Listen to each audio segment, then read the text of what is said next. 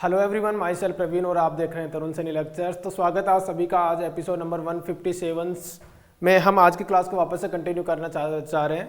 माफ़ी चाहता हूं कि एक दिन या 2 दिन की क्लास यहां पर डिले हो चुकी है, तो कोई बात नहीं। 157 एपिसोड में हम पढ़ रहे थे neonatal care, immediate newborn care के अंदर हम नेक्स्ट हमारे जो रहने वाला क्वेश्चन संख्या रहने वाली है वो रहने वाली है 26 से 25 से हम कंप्लीट कर चुके थे और उसके बाद में हम इस पे जाएंगे 50-60 क्वेश्चंस तक, तब जाके ये न्यूनेटल कंप्लीट हो जाएगी। तो आपको पता भी होगा कि अभी तक हमने साइकेट्री कंप्लीट की होगी, उसके बाद की बात करें तो ओबीजी कंप्लीट किया और ओबीजी के बाद में इमीडिएट न्यूबॉर्न केयर स्टार्ट किया। इमीडिएट न्यूबॉर्न केयर वैसे तो ओबीजी का ही पार्ट होता है, लेकिन हम पीडिया के अंदर पढ़ते हैं। पीडिया सब्जेक्ट को बाद में स्टार्ट करेंगे। कब स्टार्ट करेंगे? जब आपका एमएसएन कंप्लीट हो जाएगा। चलिए, तो विजिबिलिटी क्लियर होगी और वॉइस आप तक पहुंच रही होगी जैसा मैं देख पा रहा हूं।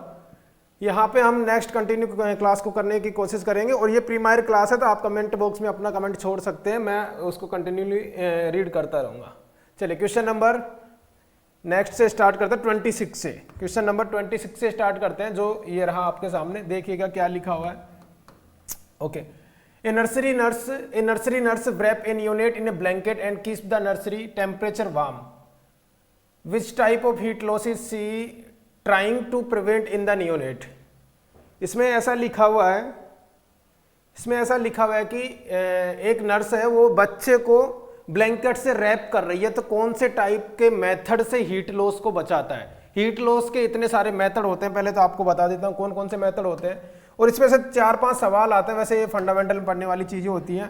Conduction, convection, radiation, evaporation, radiation, ये 4 तरीके के हीट लॉस के मेथड।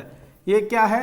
हीट लॉस के मेथड हैं। कौन कौन से? ये हीट गेन के भी मेथड होते हैं वैसे ही, बट इंपॉर्टेंट हीट लॉस के मेथड है। ये फंडामेंटल में आप पढ़ोगे और इसमें से सवाल आता है कि मोस्ट कॉमन, सबसे ज्यादा या एक्सेसिव या हैवी, सबसे ज्यादा हीट लॉस किससे देखने को मिलती है? तो इसमें से कुछ डेटाज मैं आपको लिख देता हूं। पहला सवाल तो ये, इस सवाल को करने से पहले एक सवाल और देखने को मिलेगा। कंडक्शन से होती है 3% हीट लॉस होती है, कन्वेक्शन से होती है 15% हीट लॉस होती है, और रेडिएशन से होती है 60% हीट लॉस होती है, और इवापोरेशन से होती है आपका 22%। तो सब अगर सवाल पूछा जाए तो रेडिएशन से सबसे ज्यादा हीट लॉस होती है, पर सवाल ये नहीं है। सवाल ये है कि एक बच्चा है, आपके पास में एक बच्चा है और इस बच्चे को रैप कर दिया, कंबल से रैप कर दिया, तो किस प्रकार के मेथड से बचाता है? कंडक्शन का मतलब होता है डी लगा हुआ है, मतलब डायरेक्ट कॉन्टैक्ट।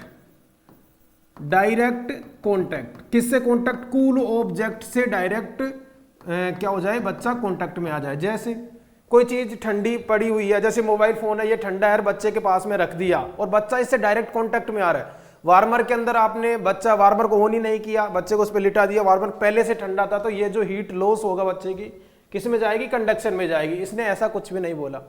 इसने बोला है कि जैसे कंबल हम ओढ़ लेते हैं सर्दियों में, वैसे कंबल उड़ा दिया बच्चे को, तो कौन सा हीट लॉस होगा?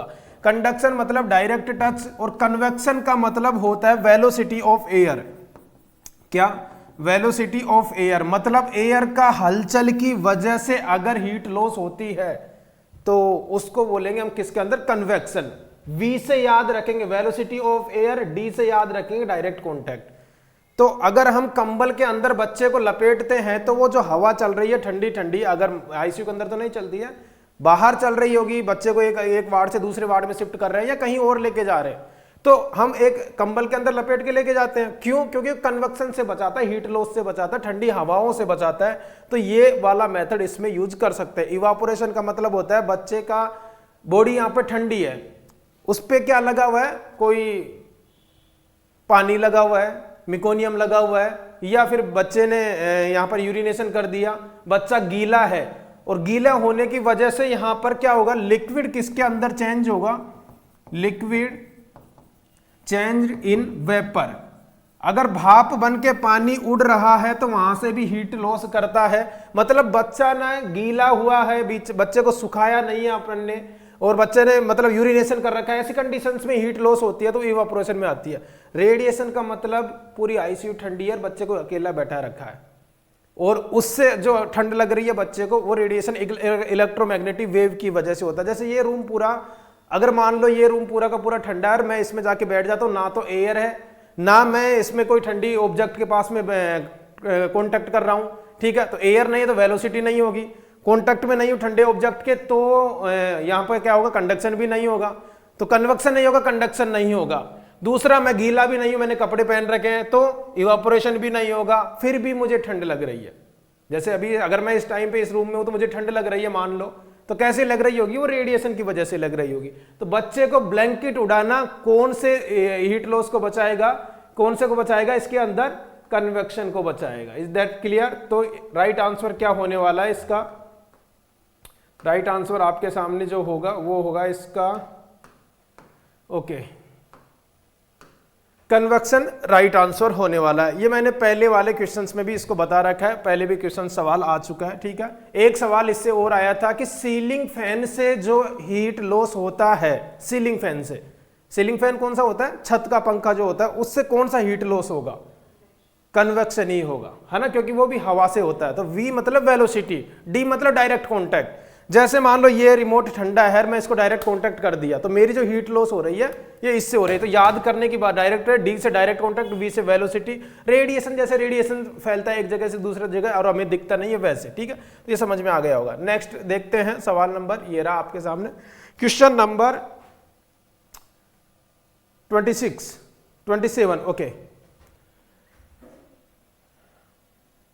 प्रॉपर टाइम लेना है, पढ़ना है, देन आंसर करना है कि क्या आंसर इसका हो सकता है, ओके।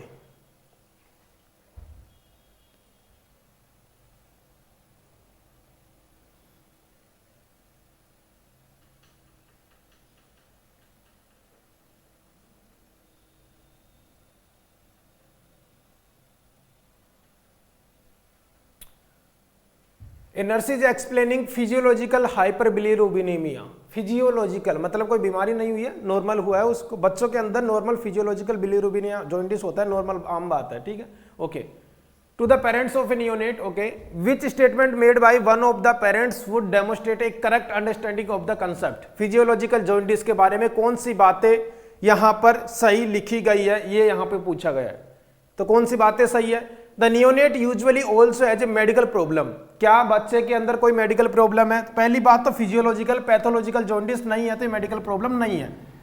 हमेशा बड़े क्वेश्चंस को करने का एक ही तरीका होता है कि आप एलिमिनेशन मेथड यूज करो। एलिमिनेशन मेथड का मतलब होता है कि आप चीजों को हटाओ, ऑप्शंस को हटाओ कि ये नहीं हो सकता, राइट आंसर चूज मत करो।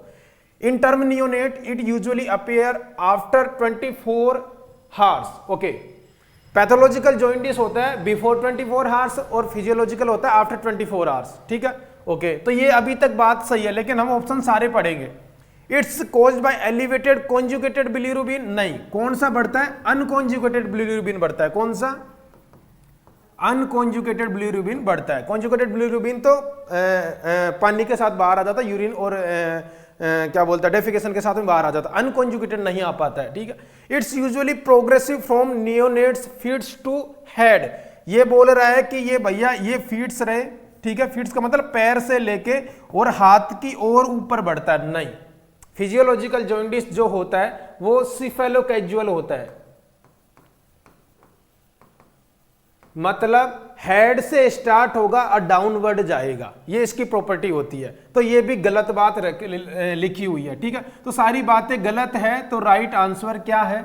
ये हमारा क्या है? राइट आंसर है, ठीक है। कभी भी क्वेश्चंस आए बड़े क्वेश्चंस तो घबराना नहीं है। राइट आंसर चूज करने से पहले एलिमिनेशन मेथड यूज लेना कि भैया ये हमारे ऑप्शंस नहीं हो सकते, जब जाके लास्ट में कोई ऑप्शन बचता है तो वही आंसर होता है, ठीक है। चलो बहुत बढ़िया, नेक्स्ट बढ़ते हैं सवाल नंबर नेक्स्ट की ओर 28। क्वेश्चन नंबर 28 ये रहा आपके सामने, और 28, okay. A neonate has been diagnosed with Capet succedaneum, okay. Which information should the nurse include while teaching the mother about Capet succedaneum? क्या होता है Capet succedaneum? अब चारों ऑप्शंस में से आपको नजर आ रहे होंगे। It usually resolve in 3 to 6 week, okay. It does not cross the cranial suture line, okay. It's a collection of blood between the skull and peritoneum. It involves swelling of the tissue over the presenting part of the fetal head, okay. तो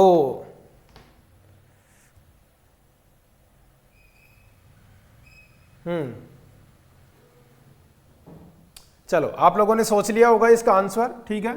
चलिए मैं आपके comment box definitely read करने वाला हूं, तो tension नहीं ले। अब देखते हैं क्या लिखा हुआ है कैपेट सक्सीडेनम, ठीक है। आपने दो चीजें पढ़ी होंगी इसके बारे में, अभी ये सारी चीजें सही पूछ रहा है।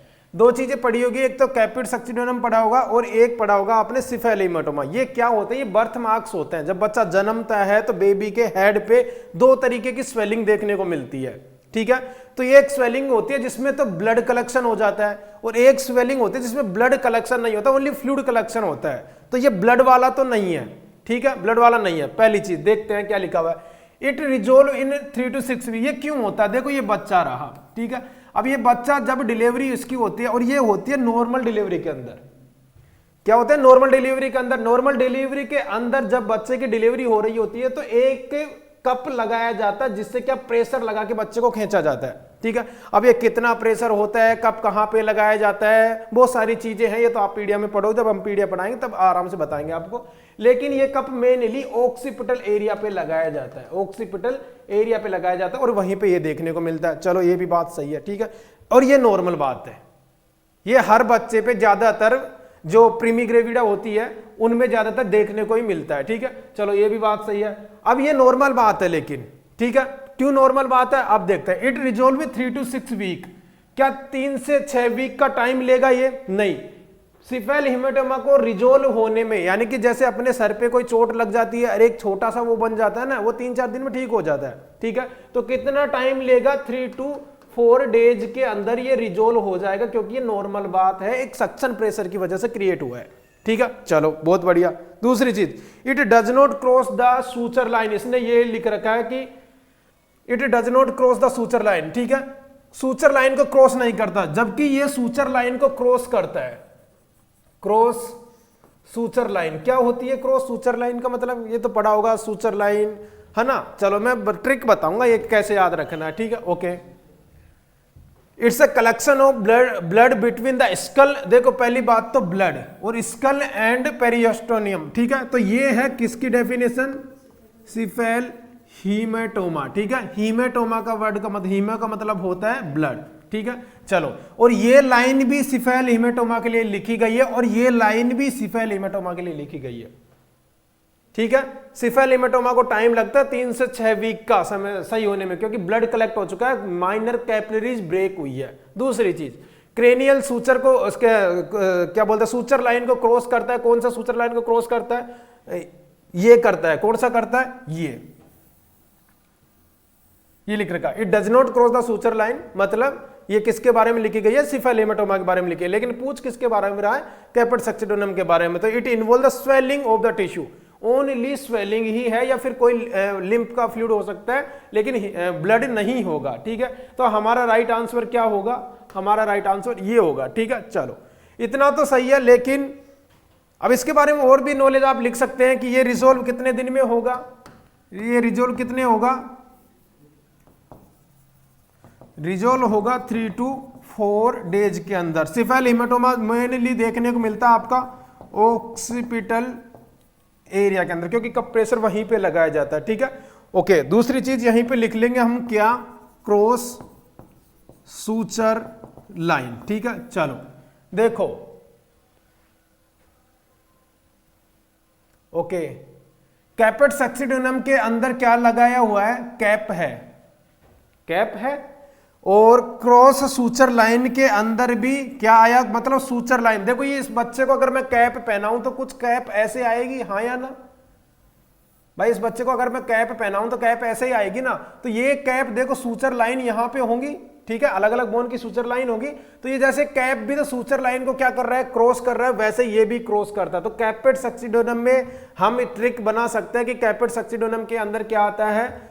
कैप वर्ड आ रहा है, और कैप को मैं अगर पहनता हूं तो कैप ऐसे पहनता हूं चारों तरफ, तो वो एक जगह से दूसरी जगह सूचर लाइन तक भी चली जाती है, तो ये क्रॉस करता है। ऐसे हम इसको ट्रिक बना सकते हैं। ये डेफिनेटली जब एग्जाम आता है तो उसमें ट्रिक ज्यादातर याद देखने को मिलती है, हमारा कंफ्यूजन क्लियर करने के लिए बहुत ज्यादा काम आती है। चलो नेक्स्ट सवाल, बहुत बड़ा सवाल आप लोगों के लिए, और ये आराम से आप लोग इसको टाइम ले सकते हो और सवाल को डेफिनेटली देख सकते हो कि क्या है, लेकिन छोटी सी बात है और सवाल नॉर्मली ठीक हो जाएगा। चलिए सोचिए इसमें क्या आंसर जा सकता है।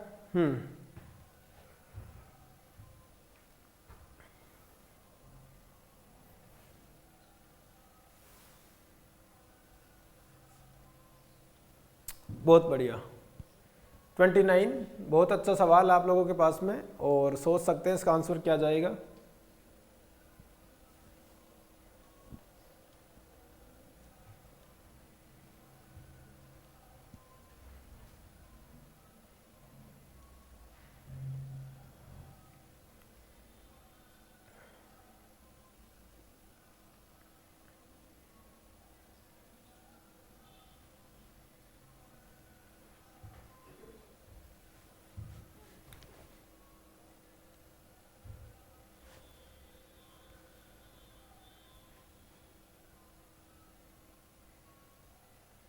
सोच लिया क्या आंसर हो सकता है, बहुत बढ़िया है ना। चलो, अब जिनको बहुत ज़्यादा आता है उन्होंने आंसर सोच लिया, जिनको बिल्कुल भी नहीं आता वो भी घबराए नहीं, ठीक है। इसको देखते हैं, बड़ा सवाल है तो घबराना नहीं है, एलिमिनेशन मेथड यूज लेना कि भैया इसके बारे में थोड़ा बहुत नॉलेज होता है तो भी एलिमिनेशन मेथड उसको आगे तक लेके चला जाता है, ठीक है।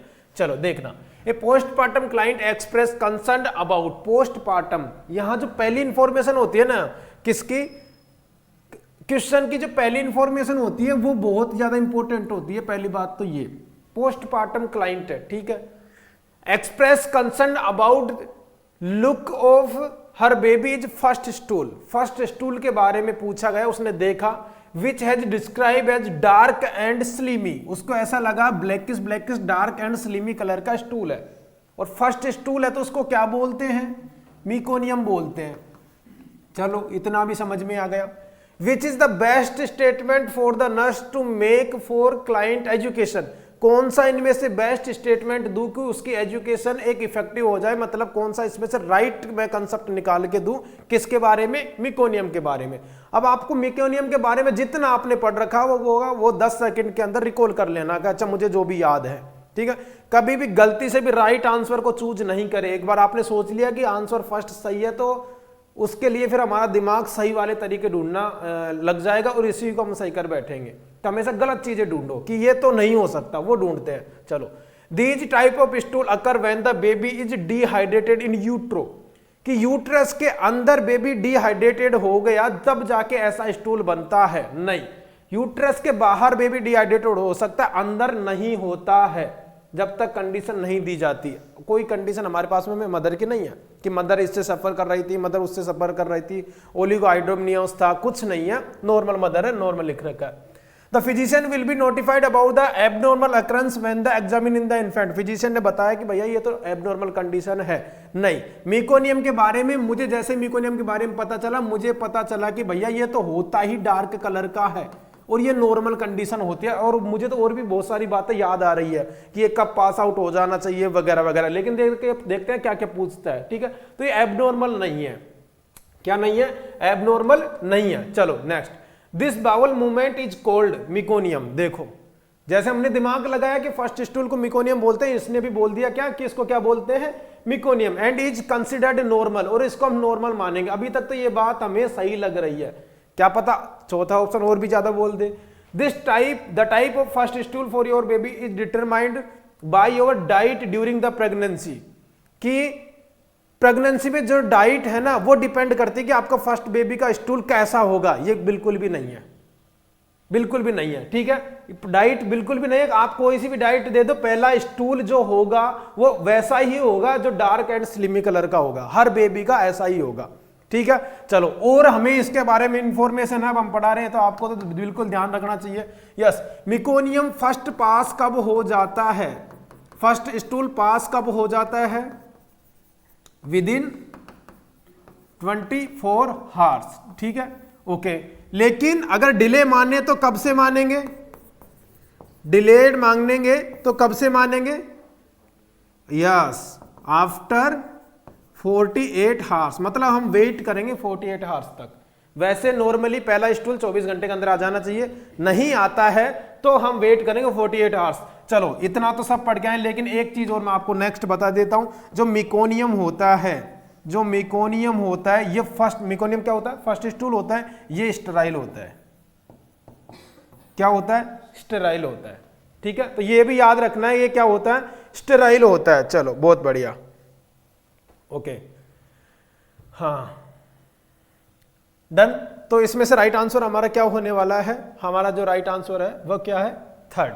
ठीक है, चलिए ये आपको सारी पीडीएफ वीडियो के डिस्क्रिप्शन में जाएंगे तो डिस्क्रिप्शन के अंदर आपको एक लिंक देखने को मिल रहा है ना, सैनी सर TSL करके लिंक है टेलीग्राम का, वहां पे देखेंगे तो वहां पे आपको जैसे क्लिक करेंगे तो ये सारे डेटा अब से पहले जितनी भी क्लासेज हुई है, कोई कोई क्लास मिस भी हो चुकी है, ठीक है, तो कोई क्लासेज हुई है, ये सारे पीडीएफ उस पर देखने को मिलते हैं, आप डाउनलोड कर सकते हैं प्रीवियस पीडीएफ के लिए भी। ठीक है, चलिए नेक्स्ट सवाल ये रहा 30 नंबर, क्वेश्चन नंबर 30 आप लोगों के सामने ये रहा। चलो बहुत अच्छा सवाल है, डेली हम यूज करते हैं बच्चों के साथ में, देखते हैं आप लोग भी यूज कर रहे हैं कि नहीं, है ना, दिमाग लगाना। A 3-day-old neonate needs phototherapy for hyperbilirubinemia.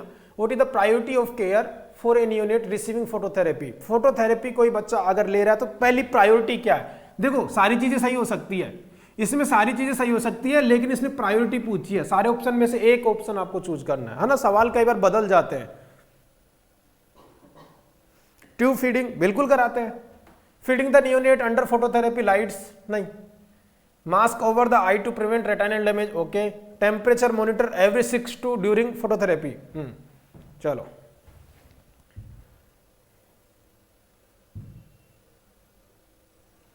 ये प्रीवियस ईयर एग्जाम का क्वेश्चन है, ये क्वेश्चन आया हुआ है, मुझे जहां तक याद आ जाते हैं क्वेश्चन बता देता हूं, लेकिन सारे क्वेश्चन आए हुए हैं, सारे के सारे क्वेश्चन आए हुए हैं। ओके ओके, देखो बच्चों को अगर फोटोथेरेपी पे रहेगा तो बिल्कुल ट्यूब फीडिंग कराते हैं, ट्यूब फीडिंग का मतलब ओजी ओरोगैस्ट्रिक ट्यूब डालते हैं और उसको कराते हैं, ये बात बिल्कुल सही है।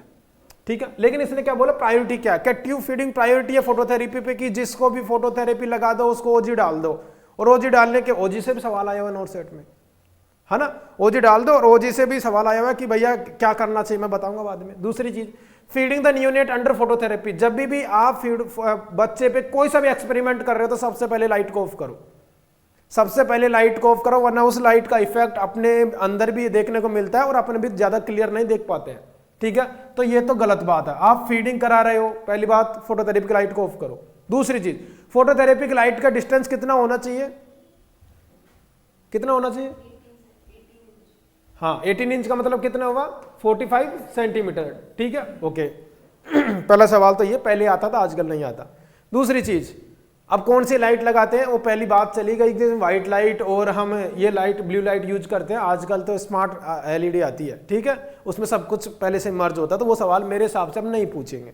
दूसरी चीज, फोटोथेरेपी जब भी यूज कर रहे हैं और हम कोई सा भी प्रोसीजर कर रहे हैं, इवन ब्लड ड्रॉ कर रहे हैं, ठीक है, हम ट्यूब फीडिंग करा रहे हैं, बच्चे को हम ऑब्जर्व कर रहे हैं, ठीक है, या कोई डायपर चेंज करने आ रहा है, ठीक है, तो ये सारी चीजों पे आपको लाइट को ऑफ कर देना है।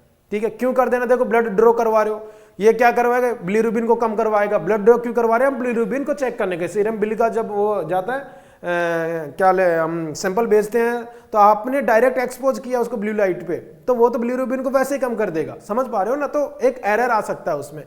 चलो, mask over the eye to prevent retinal damage, अगर आप ब्लू लाइन की, जैसे इस लाइट की तरफ आप देख सकते हो, कुछ देर के लिए देख सकते हो, ब्लू लाइट की तरफ देख के दिखा दो आपके, इवन जिस पे फोटोथेरेपी लगी होती है हम उस पर ज्यादातर जाते ही लाइट ऑफ कर देते हैं, कुछ भी बच्चे के साथ पास में जाते, क्योंकि आपको भी इतना इफेक्ट आता है कि आप भी आंखें बंद करते रहते हो, इतना ज्यादा इफेक्ट देखने को मिलता है हमारी आंखों को। अब आप सोचो बच्चे के तो जस्ट ऊपर लगी हुई है और वो कितना ज्यादा इरिटेट होता होगा, तो आपको आई कवर लगाना है। दूसरी चीज, आपको जेनिटल्स भी कवर करने हैं, चाहे मेल हो चाहे फीमेल हो, दोनों चीजें कवर करनी है, बाकी कुछ भी कवर नहीं करना, पहली चीज। अब डबल फोटोथेरेपी और आती है, डबल फोटोथेरेपी की मतलब एक तो फोटोथेरेपी ऊपर से लगी रहेगी और जो नीचे वार्मर होगा, वार्मर भी ट्रांसपेरेंट होगा, उसके नीचे भी लगी होगी, दोनों साइड से। वो तब करते जब कर्निटेरस वाला सीन हो जाता है, सीजर भी आ जाते हैं बच्चों को, ठीक है, तो ये बिल्कुल कर सकते हैं। दूसरी, temperature monitor every 6 hours during phototherapy. अब मुझे ये बताओ कि भैया टेम्परेचर घटने की चांसेज है, बढ़ने के चांसेज है, बढ़ने के, किसी के ऊपर लाइट यूज कर रहे हो तो टेम्परेचर बढ़ता है ना, तो इसमें टेम्परेचर बढ़ने के चांस है, तो आप हर 6 घंटे में, देखो बच्चे क्या सेंसिटिव होते हैं, बच्चे बहुत ज्यादा सेंसिटिव, 6 घंटे में टेम्परेचर बढ़ गया, अब अगले 6 घंटे में आप चेक करोगे तब तक तो बच्चा जल जाएगा। और आपने बहुत सारी न्यूज सुनी होगी कि वार्मर के अंदर बच्चे जल के राख हो गए, बहुत बार सुना होगा, है ना। तो हमें इतना वेट नहीं करना होता, टेम्परेचर चेक करना होता, 2 to 4 आवर्स लीक आपको करना ही है कैसे भी करके, प्रायोरिटी तो 2 आवर्स को ही देंगे, ठीक है। ओके, दूसरी चीज तो क्या कवर करेंगे हम, बिल्कुल ये कवर करेंगे। एक एम्स का सवाल यहाँ पे भी आया था इसके कॉम्प्लिकेशन से लेके, है ना, नेक्स्ट सवाल देखने को मिलेगा हमें, तो 3rd is the right answer. चलो नेक्स्ट सवाल और देखने को मिलेगा, चलिए 31।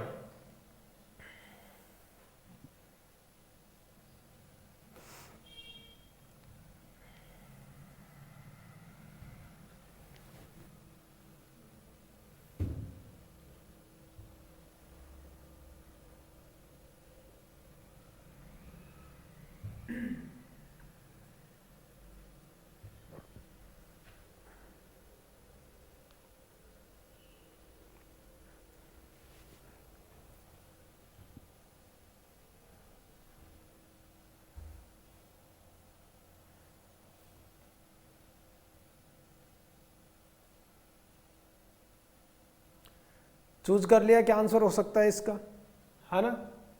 हाँ, क्या तुक्का लगा सकते हो क्योंकि आप तो अभी पढ़ ही रहे हो, है ना।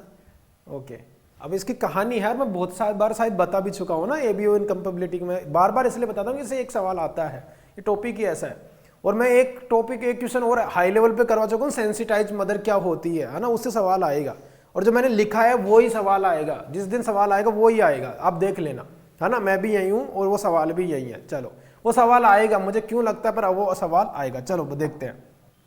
Okay, nurse caring for 4 client, है ना, 4 नियोनेट आपके पास में, 4 बच्चे आपके पास में। Which neonate is most like to develop hyper bilirubin, कौन से क्लाइंट के अंदर हाइपर बिलीरुबिनिया देखने को मिलेगा। आपको पता है बिलीरुबिन बढ़ता है, जॉइंडिस का मोस्ट कॉमन जो रिस्क फैक्टर है वो क्या है, एबीओ इनकम्पेबिलिटी है।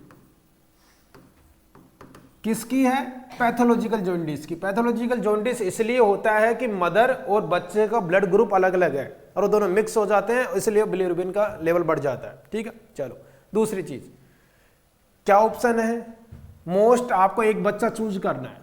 Neonate of an African American mother, है ना। अब ये तो देखो डेटा आपको यूज ध्यान रखना पड़ेगा। अफ्रीकन अमेरिकन नियोनेट के अंदर मदर के अंदर ज्यादा देखने को मिलता है, कम देखने को मिलता है, तो कम देखने को मिलता है, ठीक है। मेरे कहने से ये याद रखना, किस में ज्यादा देखने को मिलता है, जो जापानीज होती है, जापानीज होती है, कोरियन होती है, ठीक है, कोरियन होती है, जापानीज होती है, और एक और इन्होंने लिख रखा है वो होती है हाँ चाइनीज, ठीक है। इनके अंदर ये रेस होता है, रेस का मतलब जाति होती है, ठीक है। इनके अंदर कुछ होता है जो इनके अंदर ज्यादा देखने को मिलता है, ठीक है। चलो दूसरी चीज, neonate of an RH positive mother, ठीक है। RH पॉजिटिव मदर, मैंने इसमें बहुत बार क्लास ली है। RH पॉजिटिव मदर को नहीं होता, जबकि किसको होता है, नेगेटिव मदर को होता है। RH नेगेटिव मदर को होता है। एबीओ इनकम्पेबिलिटी चांसेस किसको होता है, जब मदर नेगेटिव हो और बच्चा क्या हो, पॉजिटिव हो, ठीक है। चलो नियोनेट विद एबीओ इनकम्पेबिलिटी, और उसकी वजह से हो जाती है एबीओ इनकम्पेबिलिटी, ठीक है। ओके, एबीओ क्या है, बच्चे अलग ग्रुप का है, माँ बाप अलग ग्रुप के हैं, वो मिक्सअप हो जाता है तो आरबीसी डिस्ट्रक्शन देखने को मिलती है। Okay, neonate with Apgar score 9 to 10, ये तो भाई साहब बहुत अच्छे अपकार स्कोर है, ये तो नॉर्मल कंडीशन है, तो इसमें तो नहीं होगा, ठीक है, इसमें तो नहीं होगा। ये तो बिल्कुल इसका रिस्क फैक्टर है, मैंने वहीं पे बता दिया, है ना। तो ये तो इसका रिस्क फैक्टर ही है, बिल्कुल ये तो देखने को मिलेगा। अगर मदर नेगेटिव होती तो देखने को मिलता, है ना। मैं बार बार बहुत बार इसको बता भी चुका हूं, बहुत बार बता चुका हूं कि ये देखो मदर क्या है, नेगेटिव है। क्या नेगेटिव है, RH फैक्टर क्या है, नेगेटिव है, ठीक है। और बच्चा जो बेबी है वो क्या है, पॉजिटिव है, ठीक है। तो डिलीवरी के टाइम पे ब्लड क्या हो जाता है, मिक्स हो जाता है, ठीक है। अब पॉजिटिव वो है, ये क्या है, नेगेटिव, इसके पास में क्या है, एंटीबॉडी है, इसके पास में क्या है, एंटीबॉडी है, मदर के पास में कुछ नहीं है। तो मदर के पास चांस है जब ये बच्चा डिलीवर होगा, जब ये बच्चा क्या होगा, ये बच्चा डिलीवर होगा, तो डिलीवर के समय पे एक एंटीबॉडी क्रिएट हो जाएगी, एंटीबॉडी क्रिएट हो जाएगी, किसके खिलाफ क्रिएट हो जाएगी, अगेंस्ट हो जाएगी, किसके अगेंस्ट हो जाएगी, RH फैक्टर पॉजिटिव के खिलाफ क्या हो जाएगी, एंटीबॉडी। कहां पे हो जाएगी, किसके अंदर, इन मदर, मदर के अंदर हो जाएगी।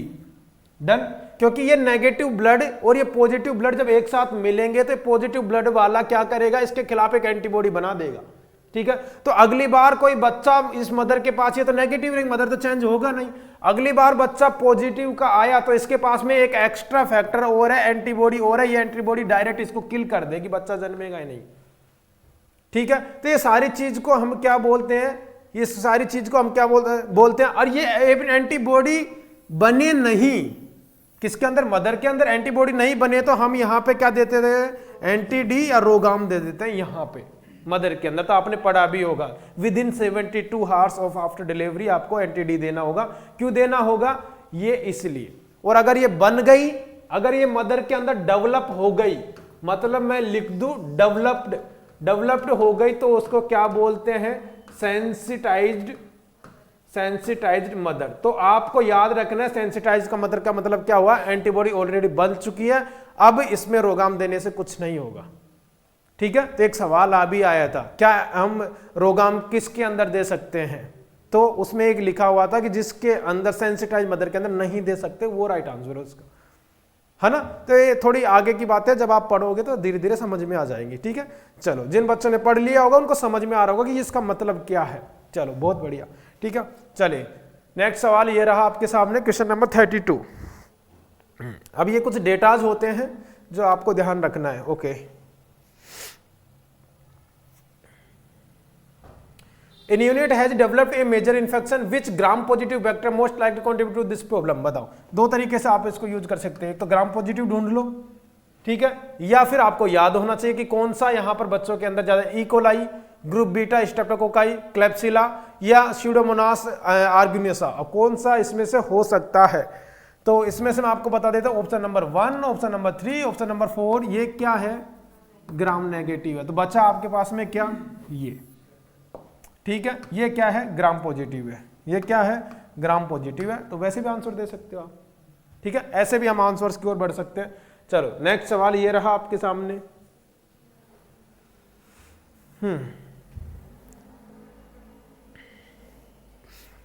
In unit develops sepsis 18 hours after birth. 18 hours after birth. Which organism most likely contributed to this problem?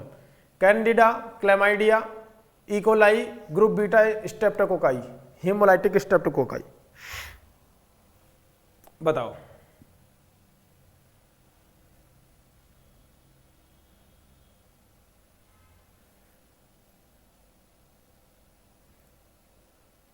चलो, ऐसे सवाल जब भी आपके पास में आ जाए, बहुत बढ़िया, ऐसे सवाल जब भी आपके पास में आ जाए, ठीक है, ऐसे सवाल जब भी आपके पास में आ जाए तो मैं आपको प्रायोरिटी देता हूं। पहली प्रायोरिटी तो ये रही, ये रेस्पिरेटरी डिस्ट्रेस करता है। क्या करता है, रेस्पिरेटरी डिस्ट्रेस करता है, और ये आपकी पहली प्रायोरिटी है, फर्स्ट प्रायोरिटी। ठीक है, अगर सवाल में ये हो नहीं तो आप इकोलाई को क्या दे सकते हो, सेकंड प्रायोरिटी, बाकी दोनों को नहीं दे सकते। ठीक है, ओके। क्लेमाइडिया ट्रैकोमाइटिस क्या करता है, कंजक्टिवाइटिस करता है, आपको ऑप्थेल्मिक न्यूनेट्रम के अंदर भी ये यूज करता है। ठीक है, तो ये कंजक्टिवाइटिस डायरेक्ट लिख सकता हूं। ठीक है, लेकिन इन्होंने कब बोला, 18 आवर्स आफ्टर बर्थ। आपको पता होगा क्लेमाइडिया मतलब ऑप्थेल्मिक न्यूनेट्रम से बचाने के लिए तो इरिथ्रोमाइसिन तुरंत दे देते हैं, तो ये तो 18 घंटा तक तो वेट वैसे ही नहीं करेंगे, तो आप इसको वैसे बैठा सकते हो। ठीक है, कैनेडिडा एल्बिकेंस कैनेडिडा तुरंत डेवलप नहीं होता है, फंगस वगैरह, ठीक है, टाइम लगता है। तो पहली प्रायोरिटी आप इसको दोगे, सेकंड प्रायोरिटी इकोलाई को देंगे। ठीक है, और ज्यादातर बच्चे इकोलाई देखते ही वो इसी को आंसर करते हैं, चाहे क्वेश्चन कुछ भी पूछ रहा हो, पढ़ते ही इकोलाई है ना, डायरेक्ट इकोलाई पढ़ते हैं, तो ज्यादा पढ़ ही नहीं पाते, तो इसलिए भी आंसर जाते हैं। ठीक है, कुछ क्वेश्चन याद रखने वाली चीजें हैं, बाकी तो रेशनलाइज ही करते हैं। ठीक है, देखो कितना अच्छा सवाल आप लोगों के सामने आया है। 34 है ना, इस सवाल को मत करो, मोर ज्यादा अप्लाइड है ना, छोड़ दीजिए इस सवाल को। देखते हैं नेक्स्ट सवाल आपके सामने, ये रहा। ओके,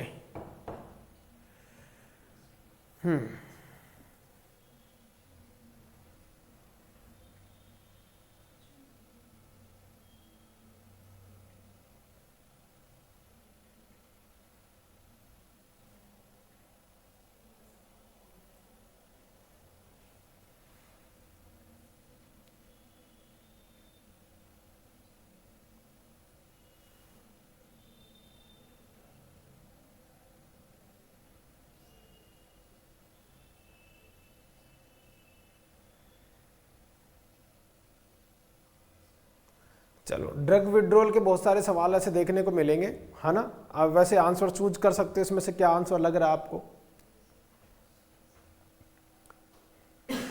ओके, देखना एक बार। The nurses are attempting to interact with a unit expressing drug withdrawal. Drug withdrawal का मतलब होता है कोई दवाई खा रहे थे बहुत समय से, अब छोड़ दिया तुरंत, तो उसके रिएक्शन आते हैं बहुत सारे। मैं पढ़ाऊंगा ड्रग विड्रॉल कैसे होते हैं, है ना। एल्कोहलिक विड्रॉल मैंने पढ़ाया बहुत बार, ठीक है। आप लोगों ने कहीं नहीं पढ़ा होगा तो कोई बात नहीं।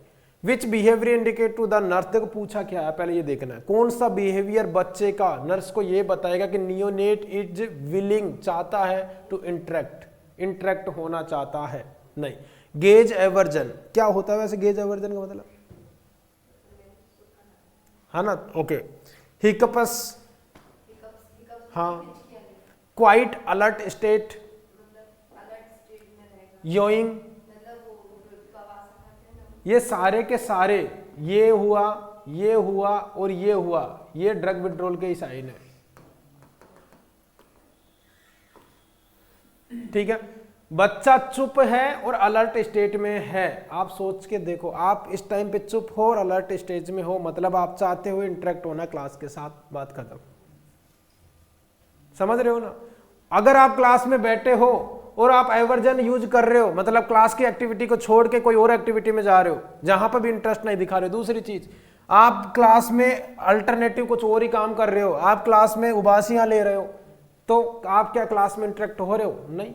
आप कैसे चाह रहे हो, आप अभी चुप हैं और अलर्ट स्टेट में है। क्वाइट के आगे एक चीज और लिखी हुई है, मतलब बच्चा क्या चाहता है, इंटरेक्ट होना चाहता है आपके साथ। जैसे बच्चा यहाँ बैठा हुआ है, हम चुटकी बजाते हैं बच्चे की साइड और आपकी साइड ऐसे देखता है ना, अलर्ट भी है, क्वाइट भी है, चुप भी है, आपकी तरफ देख ही नहीं रहा, रो रहा है चुपचाप से बैठे, अलग से ही कुछ और कर रहा है ना, मतलब आपकी तरह इंटरेक्ट ही नहीं है। चलो, है ना, बहुत बढ़िया। चलो, इसका राइट आंसर क्या है, थर्ड, ठीक है। ओके,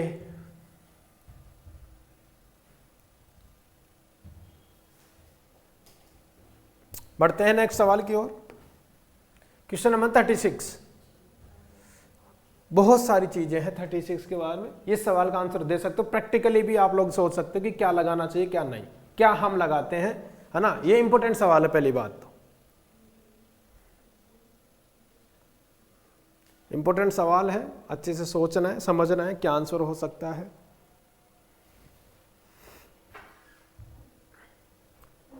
ओके, सोचिए, घर में अगर बच्चों से इंटरेक्ट किए होंगे, when teaching umbilical cord care, ये अम्बिलिकल कॉर्ड से सवाल आते हैं, ऐसे ही सवाल आएंगे। अब ये देखो, ये सारे सवाल आखिर में कर क्या रहे हैं, है ना। हाँ, आपके सारे सवाल आखिर में कर क्या रहे हैं आपके साथ में, ये सारे सवाल ऐसे हैं कि आपको आते हैं, है ना, ये आपने पढ़ रखी है, पढ़ने के बाद में आपको सोचने पे मजबूर कर रहे हैं, इनको बोलते हैं प्रायोरिटी सवाल या अप्लाइड बेस्ड सवाल, है ना। इस पे लिखा हुआ है ना एनक्लक्स बेस्ड माइक्रो क्वेश्चन। ये क्यों लिखा हुआ है, क्योंकि एनक्लक्स बेस्ड ही है। एनक्लक्स वाले सारे सवाल ऐसे होते हैं कि आपको मजबूर कर देते हैं, और जब आप ऐसे सवाल पढ़ते हैं तो आपको बहुत ज्यादा डीप नॉलेज होनी चाहिए कि ऐसा होगा तो शायद नहीं हो सकता। हर ऑप्शंस पे सोच रहे हो ना कि शायद ये नहीं हो सकता, शायद ये हो सकता है। जब आप इतने बड़े सवाल डेली निकालते हो तो आपको एक आदत पड़ जाती है, तो ये जो छोटे मोटे सवाल खराब होते हैं ना, PR यादव के खराब हो गए, प्रीति अग्रवाल के खराब हो गए, छोटे मोटे सवाल आते हैं, उनको इतनी ज्यादा कॉन्फिडेंस आ जाएगा आपको एग्जाम में। या फिर आप उन लोगों को उठा के देख लो जो प्रीति अग्रवाल तक ही पढ़ रहे हैं, मैं ऐसा नहीं बोल रहा हूं उनको नहीं पढ़ना, उनको पढ़ते हुए ही यहां तक पहुंचना है, समझ रहे हो ना। तो उन बच्चों को देख लो जो छोटे मोटे सवाल करते हैं, PR यादव को बैठे हो 3-4 साल हो गई है, उनको ये सवाल दे के देखो, पीछे हट जाते तुरंत कि यार नहीं होगा। पहला नेगेटिव थिंकिंग क्या आदत है, ये नहीं होगा, समझ रहे हो। तो इनकी आदत डालो। अगर आप एनक्लक्स बेस के सवाल डेली 50-100 निकाल रहे हैं तो कहीं न कहीं दिमाग में अप्लाइड सवालों की दिमाग में चला जाएगा, दिमाग में चले जाएगा तो आप देखोगे कि यार मैं करूंगा, मुझे पता है, मैं गलत चीजें हटाता जाऊंगा, लास्ट में बचेगा एक मेरे पास, समझ रहे हो। तो अप्लाइड क्वेश्चंस करना बहुत ज्यादा जरूरी होता है, और बड़े बड़े एग्जाम्स तो यही पूछते हैं, ये कर रहे हो ये सही है। जैसे इनके ज्यादातर एक क्वेश्चन के अलावा सारे क्वेश्चन सही थे, समझ रहे हो ना। तो ये कर रहे हैं तो इसका मतलब ये समझ में आता है कि आप कितना पढ़ रहे हो। भाई किसने रट रखा है, वो रटे हुए सबको आता है। फिर सब सिलेक्शन क्यों नहीं ले पाते, बोलते 4 नंबर से रह गए, 5 नंबर से रह गए, 10 नंबर तक का ये संभाल लेते हैं, ठीक है। ये इतने ही आते हैं कि आपको 10 से 15 क्वेश्चन ठीक करवाएंगे, ज्यादा नहीं। बाकी तो वही होगा, पर बाकी सब करेंगे। आपको पास होना होगा तो इन सवालों से गुजरना ही होगा, समझ रहे हो ना। चलो, तो ये पढ़ने का मतलब होता है छोटे छोटे सवाल तो वैसे ही ठीक हो गए, ठीक है। अब इसमें से 10 सवाल बना लो, एल्कोहल यूज कर सकते हैं, ये यूज कर सकते हैं, क्या करना है क्या नहीं करना है ना। चलो, अब एक ही सवाल में हम 10 सवाल तो वैसे ही निकाल देंगे। देखो कैसे निकाल दें, देखो क्या लिखा हुआ है, when teaching umbilical cord care, umbilical cord care के बारे में बताया गया है, okay, to a new mother. नई मदर है, इसके बारे में समझाना, मतलब उसको बिल्कुल भी नहीं पता होगा। A nurse would include which information, अब देखो, apply alcohol to the cord with each diaper change, जब भी आप डायपर चेंज करो तब आप क्या लगाओ उस पर, एल्कोहल। एल्कोहल क्या करता है, एंटी इन्फेक्शन वाला काम करता है, इन्फेक्शन नहीं होने देगा, तो बात तो ये सही है। और आगे आओ, cover the cord with petroleum jelly after bathing, ठीक है, कि आफ्टर बाथिंग पेट्रोलियम जेली आपको लगाना। तो आपको मैं एक चीज बता देता हूं, बेबी को हम टब बाथ, बेबी को हम टब बाथ देना ही नहीं है, टब बाथ नहीं देना है। कब तक नहीं देना है, until umbilical cord fall down, automatic खत्म नहीं हो जाती, तब तक आपको टब बात नहीं देनी है। एक बच्चा हमारे पास में था, नाम मुझे याद नहीं है, उसको घर वालों ने अम्बिलिकल कॉर्ड पता नहीं उस पर क्या क्या कर दिया, समझ रहे हो। गांव में समझ में नहीं आया कि इसको ये लगा लो, उसको वो ये लगा लो, उसको ये लगा लो, इतना ज्यादा इन्फेक्शन हो गया कि उसको इन्फेक्शन होते होते पूरी बॉडी में सेप्टिक हो गया अच्छे खासे लेवल पे, ठीक है। यूएसजी करवाई उसकी, मतलब बच्चा नहीं बचेगा, लास्ट में जाकर उन्होंने ये बोला, सर्जरी तक पहुंच गया था बच्चा, समझ रहे हो। सर्जरी में पहुंचने के लास्ट में मैं सैंपल दे के आया था, लास्ट के दिन उसको स्वाब टेस्ट दिया था, अम्बिलिकल से पस जनरेट हो रही थी, उसका स्वाब लेके हम लोग दे के आए थे। अब आप सोच रहे नहीं बचेगा, मतलब लास्ट उन्होंने प्रोग्नोसिस बंद कर दी कि ये बच्चा नहीं बचेगा, ठीक है। सेप्टिसीमिया के अंदर आ गया, किसकी वजह से पता नहीं, उन्होंने क्या, वो बच्चों के एक तो ब्लैक ब्लैक धागा बांध के लेके आते हैं, धागा गले में धागा, कान में धागा, यहाँ धागा यहाँ धागा, और वो उसको ब्लैक ब्लैक कुछ लगा भी रखा था। समझ के देखो, एक बच्चे के पास इम्यूनिटी नहीं है, प्री टर्म ऑलरेडी था उसको, ठीक है। गाय भैंस का दूध वैसे पिला दिया, इन्फ्लाम्ड इंटेस्टाइन वैसे थी उसकी, तो आप सोच के देखो तो इन्फेक्शन से कैसे बचाओगे।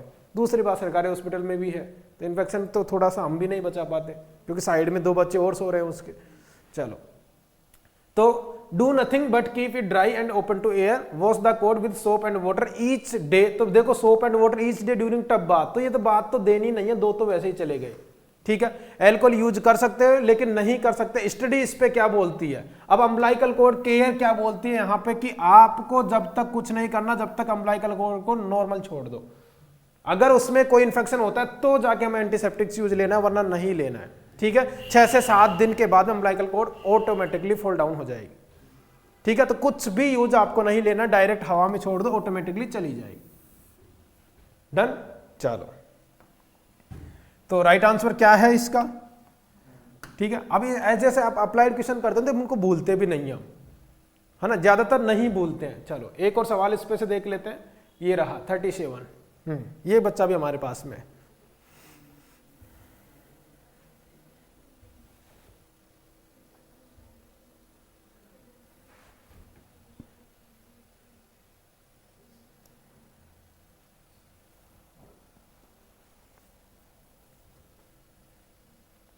बच्चा किसके अंदर है, a nurse is caring for a infant of a mother with diabetes, okay. The nurse is aware that which physiological finding would be most indicative of hypoglycemic episode.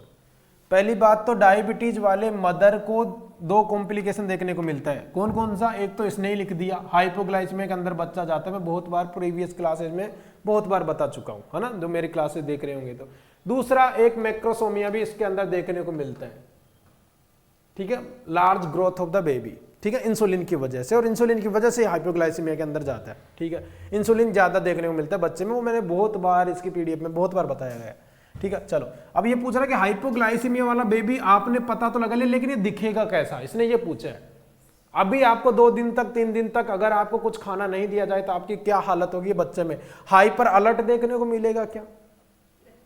Hypoglycaemia मतलब बच्चा के पास खाना नहीं है, सीधे भूखा मर रहा है बच्चा, 2-3 दिन हो गए, ये मान के चलो, तो क्या आपके पास में आपके हाइपर अलर्ट, पहली बात तो ये नहीं दिखेगा। एक्सेसिव क्राइंग, यस, आप भूख लगेगी तो कर सकता है, लेकिन बाद में तो क्राइंग भी बंद हो जाएगी बेचारे की, ठीक है। हाथ पैर हिलाने में दिक्कत होगी, क्राइंग तो कहां से करेगा। Serum glucose level of 60, hypoglycaemia कितने से देखने को मिलता है, लेस देन 40 mg/dl। आपने कहीं पे 45 भी पढ़ा होगा शायद, पढ़ा है क्या, 40 पड़ा है, चलो ठीक है ना, ये प्री टर्म और टर्म पे वैसे डिपेंड करता है, लेकिन 40 मान के चलते हैं। डन। चलो दूसरी चीज, तो ये भी गलत, ये भी गलत, बचाइए एक, ठीक है। अब चाहे वो जिटरनीनेस हो, है ना, ये कल परसों हमारे बच्चे के आ रहे थे, है ना, सीजर टाइप। जिटरनीनेस का मतलब होता है जैसे ये हाथ रहा, पैर रहा, ये है ना, ऐसे ऐसे सेकिंग करते रहते हैं, ऐसे सेकिंग करते रहते हैं, मतलब जर्किंग मूवमेंट करते रहते हैं, ठीक है, ओके। जिटरनीनेस हुआ, डायाफोरेसिस हुआ, हाँ डायाफोरेसिस हुआ, ये हाइपोग्लाइसीमिया के साइन है। और आपको देखने को मिलेगा क्या, लिथार्जी, एक्सेसिव लिथार्जी देखने को मिलेगा बच्चे के अंदर, ठीक है। ये किसके साइन है, हाइपोग्लाइसीमिया के साइन है, ठीक है। चलो, तो अभी हमने इस क्लास के अंदर क्या पढ़ा, ये आपको पीडीएफ में एक साथ ही प्रोवाइड करवा दूंगा। डन।